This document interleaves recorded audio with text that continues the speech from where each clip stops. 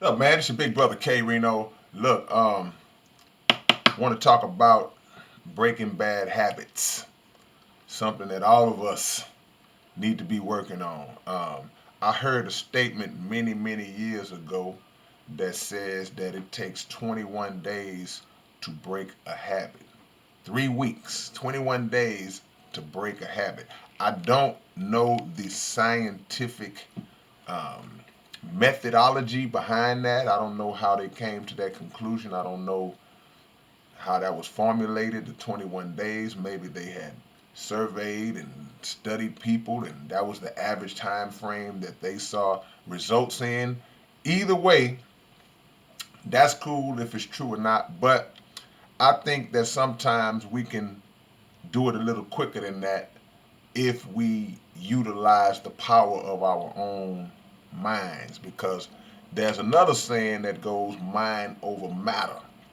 And that couldn't be a more true statement, because we have the tendency sometimes to put more emphasis on external things, things that are around us, and we give them more power and more value than they should really have, because we have been tricking ourselves in our own mind. So it could be a drug problem. It could be a shopping addiction. It could be a bad toxic relationship. It could be different things. It could be food.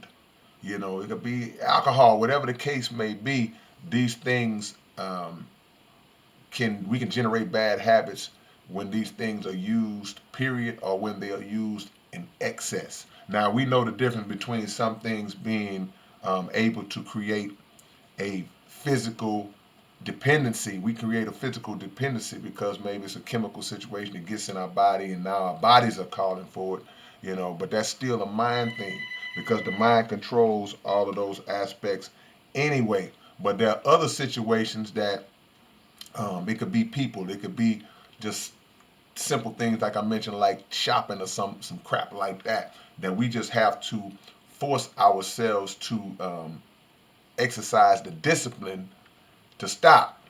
We've heard of the 12-step program, but there's another program called the one-step program, and that means just shut it off. And I know what you're thinking, man. That's easy to say. You could say just cut it off. You could say just stop doing it, just stop doing that, but it's not. And you're right. It's not always. That's why it's called a bad habit. That's why the word habitual comes from habit.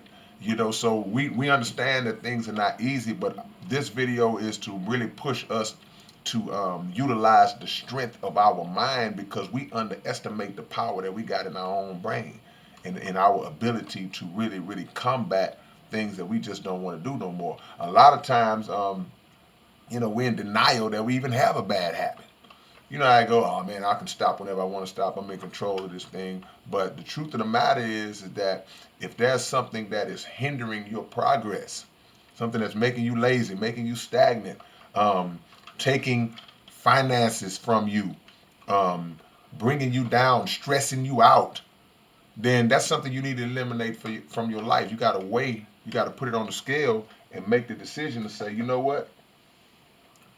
What's more important to me? Is my peace of mind and my physical health, my mental health, is this more important, or is this other entity that seems to have a grip on me, is that more important? And you look at the people around you that are looking at you like, man, you need some help. You need to get it together, bro, because you're just not yourself. We can't ignore that. If enough people are noticing that in us, we can't ignore that. We got to take it into some account, no matter how much it might hurt.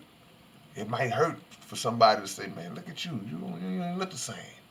You know, but if you want to sustain yourself and have a sustainable life, and not just a sustainable life, but a quality of life, which is the most important thing, because you could be a miserable 80-year-old. Oh, well, he made it to 80. He lived a good life. Not necessarily.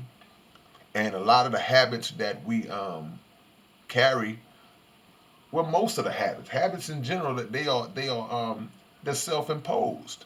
They're things that we allowed ourselves to take part in, and then it got away from us. It got away from us. So, spirituality comes into play. You got to be prayerful for the strength and the guidance to overcome it, because it's just a weakness. All a habit is a weakness. Another word for a weakness that we have not gained control over. So if somebody was to walk up to you and call you weak, you would be offended. You would be mad about somebody referring to you as being weak. But in reality, if you're demonstrating that through those habits, then you got to face up to the reality that it might be true. So, anyway, leave y'all comments below on what it takes to break a habit, things you did. Maybe somebody will read it and it can help them out and they may gain some strength from it, man. It's your big brother K-Rino. Peace.